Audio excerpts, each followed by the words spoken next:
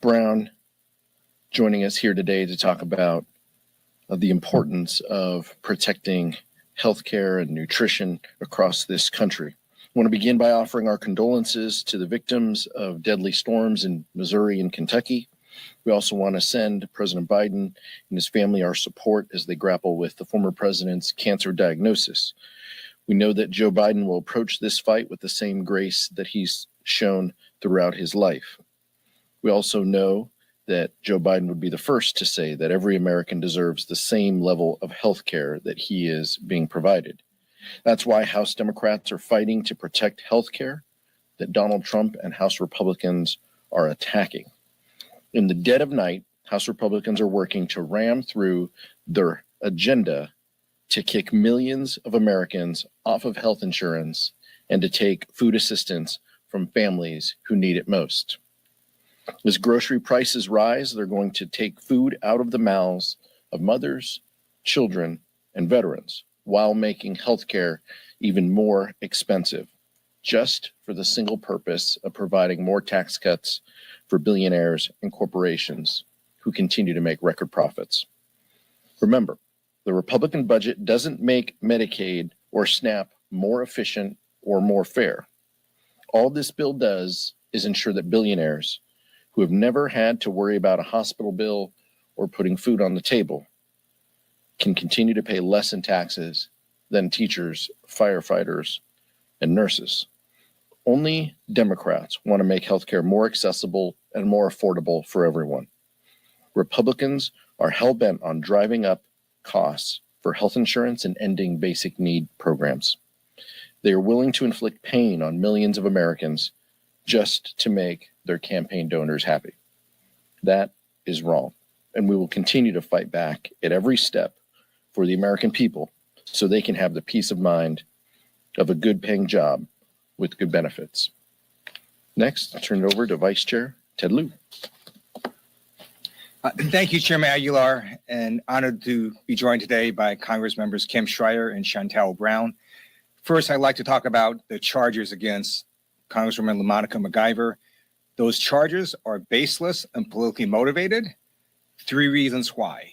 First, Congresswoman McIver had a statutory authority to be at that detention center. She was conducting her oversight duties.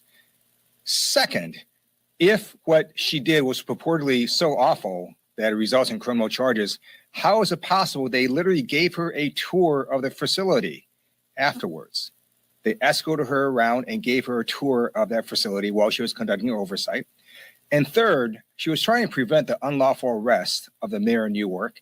And guess what? She was right, because the Trump Justice Department dropped all charges against the mayor of Newark. So we asked them to also drop charges against LaMonica. This is a baseless, politically motivated distraction. And what are they distracting from? This big, ugly bill that they're going to have a meeting on at 1 a.m. in the morning. I mean, who does that, right? You do that because you don't want the American public to know what's in your big, ugly bill. But we know what's in it. It has the largest cut to healthcare in U.S. history, about $1 trillion. It then also is going to kick off approximately 14 million people off of healthcare. And why are they doing this? To impose the largest tax cut for billionaires in U.S. history. So that's basically what this big, ugly bill does. And they're trying to move it through in the dead of night at 1 a.m. We asked the Republicans to listen to American people and work on what Democrats are trying to work on, which is lowering the costs of rent and groceries and consumer products. That's what we should be focused on. And it's now my honor to introduce the great representative from the state of Washington, Dr. Kim Schreier.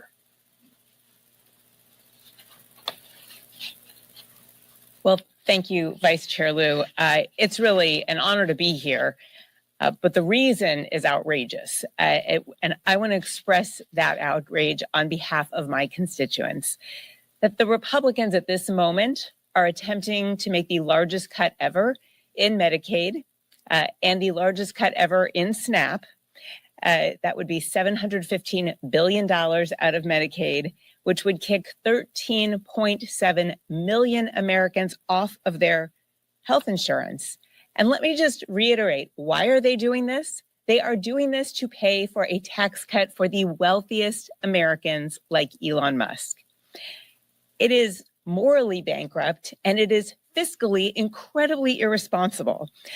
We just spent 26 and a half hours in the Energy and Commerce Committee last week, spending the vast majority of that time, and by the way, starting at about 2 o'clock in the morning, talking about these cuts to Medicaid and how they would devastate our constituents and also the broader healthcare system. I want to be clear, 1 out of 3 Washingtonians depend on Medicaid.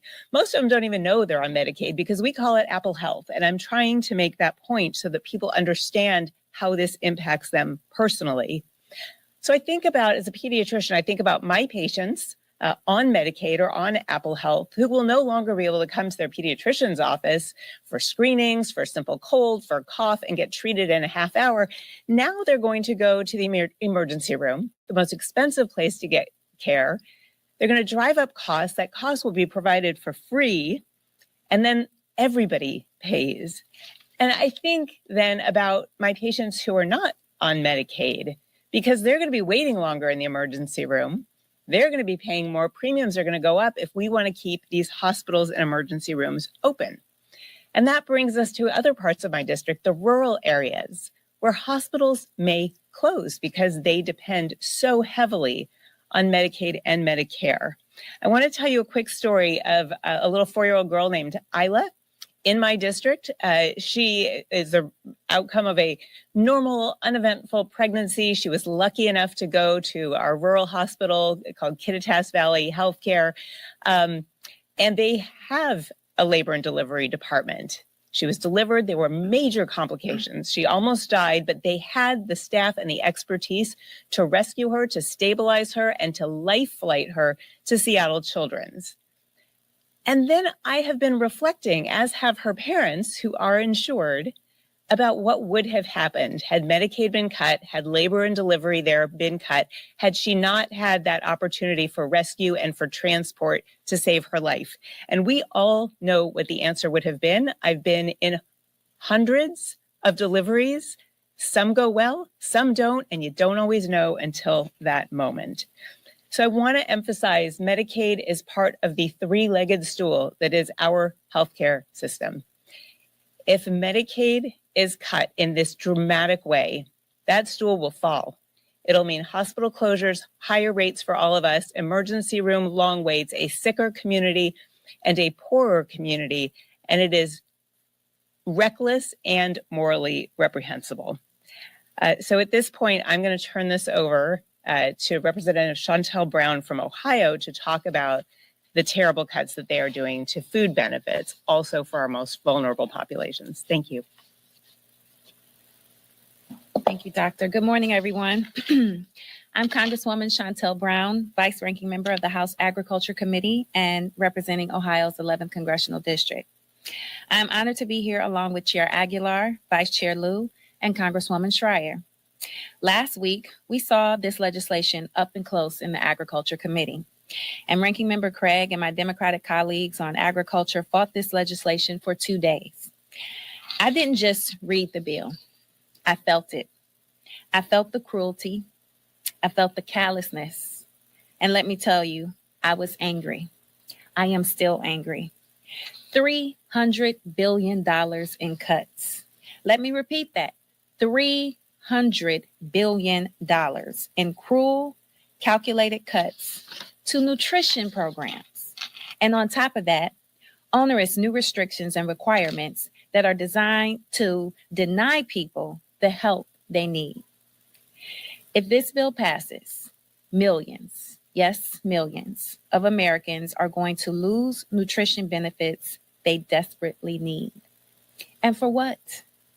The biggest cut to food assistance in history, just to hand millionaires a $68,000 tax break and the top 0.1% a staggering $300,000. Let me tell you what this means for my community. 1 in 5 households in my district in Northeast Ohio rely on SNAP. That's not some statistic from somewhere. That's my neighbors. That's my family. Those are my church members. It is me. Because growing up, I was one of those households.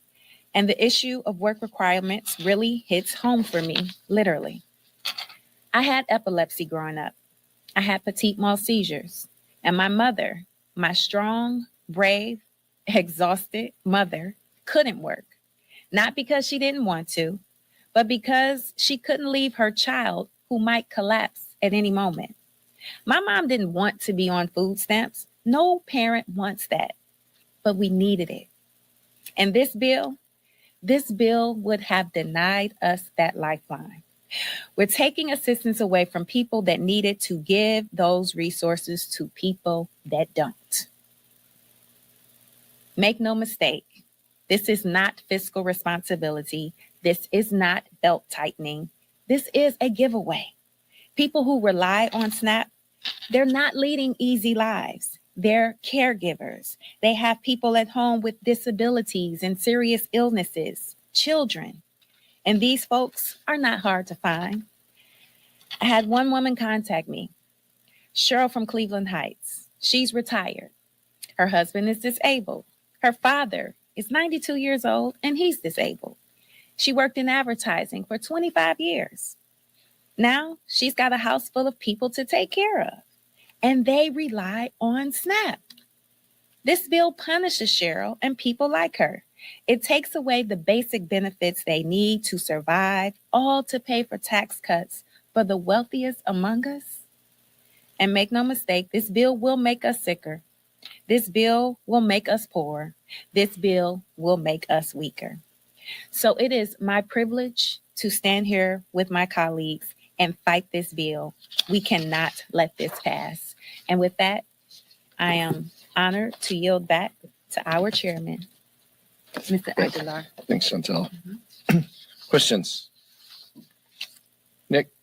I want to ask about the charges against Congressman Aguilar. What options are available to the Democratic leadership to respond to this? Democratic leadership put a letter out yesterday. Vice Chair Lieu and I signed that letter. We'll have more to say in the coming days, but I do think, as the Vice Chair mentioned, this is part of a distraction. One, this is ridiculous that they are trying to stop a member of Congress from doing her oversight responsibilities, but it's not lost on any of us the timing of this decision. They would like to distract from the dark of night attack on healthcare and supplemental nutrition. They want us to be, outraged, and we are. But they want us to only talk about this. And we know the importance of the work that we have in front of us, especially this week, is to advocate for the millions of people, as Dr. Schreier mentioned, who are going to get kicked off of healthcare if they pass this terrible bill. So we're going to continue to support and uplift LaMonica McIver.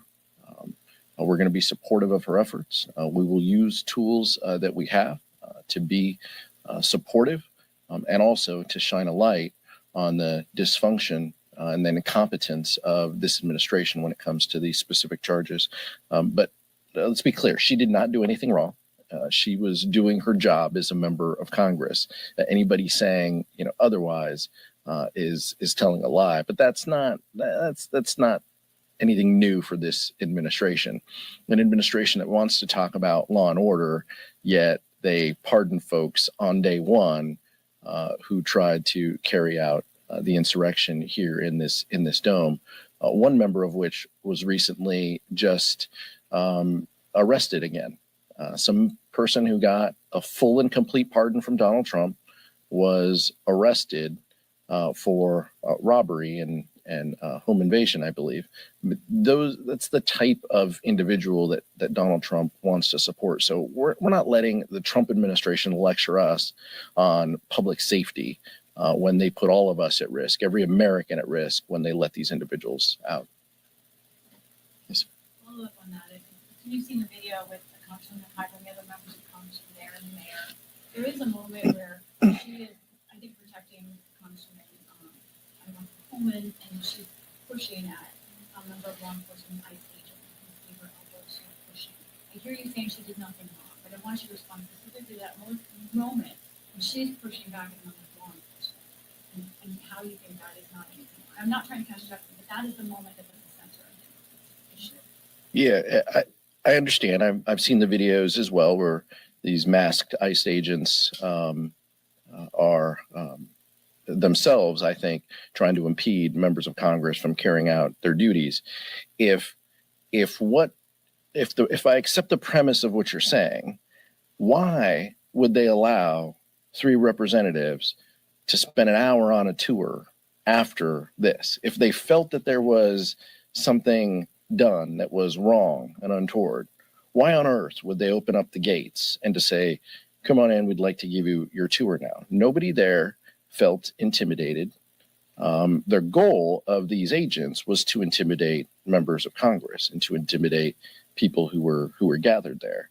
But Representative MacIver and the House Democrats are not going to be intimidated from doing our jobs. I understand. I understand what they are saying. I understand that the administration is saying in this charging document that Representative MacIver put her hands on an official, but nothing that they have indicated says that in that day, in that moment, any of those officers felt threatened or concerned. This is political charges based after the fact to distract us and to take attention away from the work that we're doing to protect healthcare from people. And we're going to continue to have Representative MacIver's back and support her in these trumped up charges. And we're not going to take a backseat to lectures on public safety from Donald Trump, his former personal attorney, or the Trump administration and other corrupt DOJ. Michael. Mr. Chair, Representative Jared Goldman announced this morning that he will forego a Senate bid and run for re-election in the House. Yesterday, one other would announce that she would be running for re-election. Those are 2 members that I know you hold in high regard. Can you just speak to the American people about how important those members' re-elections will be as well for the majority next year? These are members who were making, in Lauren's case, she sits at the leadership table. These are members who were making lasting contributions for their states, here, doing work. And they know the importance of fighting for healthcare in rural communities. Both of these representatives have spent time and serve rural communities. They know what's at stake with these terrible cuts that Donald Trump and House Republicans are proposing. We appreciate their commitment and their service to this caucus. We look forward to working with them in the years ahead. But I think this speaks more to the issues of the day that they feel, compelled to be a voice on. This is still the House of Representatives. We have colleagues who we love and support who are going to run for other jobs and other positions. We wish them well. But the importance of Lauren and Jared stepping up and staying where they're at isn't lost on any of us, and we look forward to working with them in the years to come. Thanks. On the Kaiser again, is part of the plan here to sort of prevail on some of the Democrats in the Senate to prevent Alina Habba from being confirmed by the Senate? I think, I think that Alina Habba is doing everything she can in her own right to sabotage her own future as a U.S. attorney. Clearly, Donald Trump is very comfortable appointing people who can't get confirmed to those positions. We see, Ed Martin being one of them. I'll leave the senators to discuss their process for approval, but I think it's clear anybody who wants to take an oath to protect the people should actually do that rather than work on trumped up charges that have no basis in fact. Dave? On Medicaid, one way to help them cut spending, cut people off Medicaid is cutting the reimbursement rate to states for state Medicaid programs include non-citizens. In California, Governor Newsom is not cutting off all non-citizens, but he was capping that. I wondered if you're in California, one, if you support that, two, if states girding for this bill should be reducing the number of non-citizens, preparing for what Republicans might do here, who are eligible for Medicaid. I know they're going for SNAP too because of the Medicaid part. Yeah, let's be very clear. I want the vice chair to speak and actually Dr. Schreier as well. But let's be very clear. no federal Medicaid dollars are going to provide health care to individuals who are undocumented. I think you'll accept that, and that is a current fact. Some states have chosen. Some states have said, including Washington and the state of California, have chosen to provide health care to everyone because, mind you, people will get health care. We can help choose, and our state leaders have said we would prefer you have health care than you show up to an emergency room and provide the most expensive way to provide care through that process. And so our state leaders have independently made that decision. Now, the Trump administration and House Republicans are choosing to penalize those states by reducing their FMAP funding, their healthcare funding.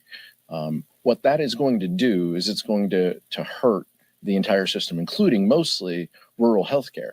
In California and Washington and in other states, hospitals will close because of that lowered FMAP contribution. So if that's the ultimate goal of what House Republicans want, is they want less access to care, they want people less healthy, they want people to drive in rural America to drive further for their healthcare options, then they should be very clear about that. And maybe they are being clear by having a 10 p.m. budget hearing, a 27-hour mark, by the way, where healthcare started at 2 a.m., 3 a.m., and having the Rules Committee start at 1 a.m., it sure seems to me that they don't want to talk about taking healthcare from people.